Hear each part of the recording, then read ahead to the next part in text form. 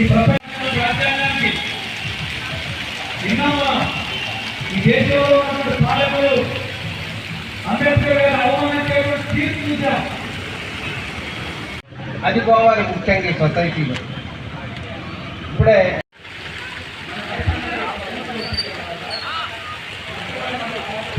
చనిపోయినటువంటి పరిస్థితి మనకు కనపడతా ఉంది.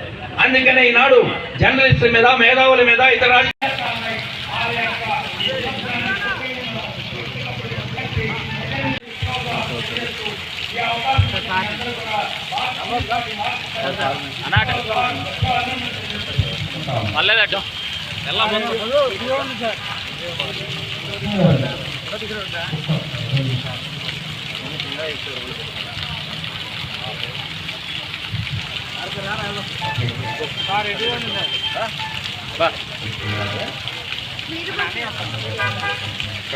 నేనే ఫోన్ చేద్దాం అనుకోండి.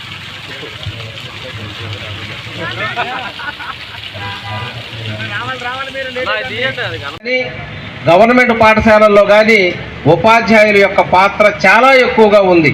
ఇప్పటికే మారింది. ఒకప్పుడంటే వాస్తవం కూడా ఇక్కడ అంబేద్కర్ జయంతి చేయాలంటే పాండు గారు, ఆదినారాయణ గారు, ఇంకా తర్వాత కొంతమంది ఎస్సీ కమ్యూనిటీకి సంబంధించిన వాళ్ళు ఎక్కువ మంది కనిపిస్తూ ఉండేవాళ్ళు. అదంతా ఇప్పుడు దాదాపు ఒక 10 సంవత్సరాల నుండి అదంతా పోయి అందరం కలిసి ఒక మంచి పండుగ వాతావరణంలో ఈ అంబేద్కర్ జయంతి మనం ఇప్పుడు చేసుకుంటా ఉన్నాం. ఇది ఇంకా మారాలి. ఇది మారి అంబేద్కర్ అందరివాడు అనే ఒక కాన్సెప్ట్ అనేది ప్రతి ఒక్కళ్ళలోని కూడా బిల్డప్ చేయాలని, దాని యొక్క ఆవశ్యకత కూడా ఉందని ఈ సందర్భంగా తెలియజేస్తూ, చక్కగా ఒక మంచి వాతావరణంలో ఇట్లా సత్తుపల్లిలో ఇలాంటి ఒక ఘనమైనటువంటి జయంతిని జరుపుకోవటానికి సహకరించినటువంటి, దీన్ని నిర్వహిస్తున్నటువంటి అందరికీ పేరు పేరున కృతజ్ఞతలు తెలియజేస్తూ ఈ అవకాశం ఇచ్చినటువంటి మీ అందరికీ హృదయపూర్వక ధన్యవాదాలు. Thank you. నేను భారతదేశ పౌరుడిగా మోటారు వాహనాల చట్టంలో పొందుపరిచిన రోడ్డు నియమ నిబంధనలను పాటిస్తానని, ఇతరులకు తెలియజేస్తానని, తోటి రోడ్డు వినియోగదారులను గౌరవిస్తానని,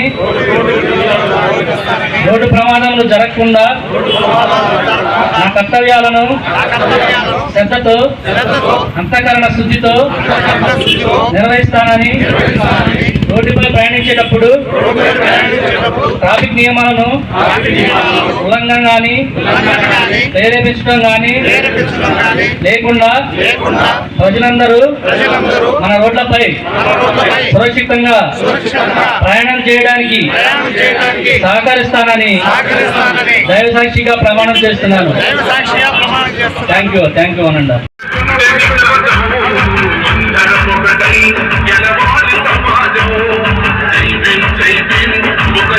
హలో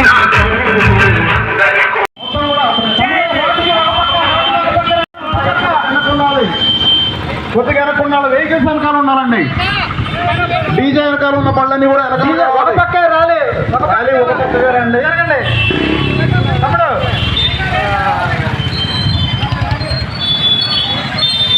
ఒక నిమిషం, ఆ ముందర బైక్లు వెనక్కున్నాలి.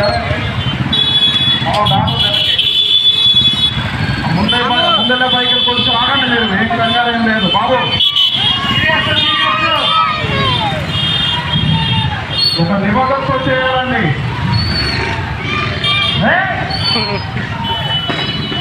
మీరు ముందు వెళ్ళొద్దు.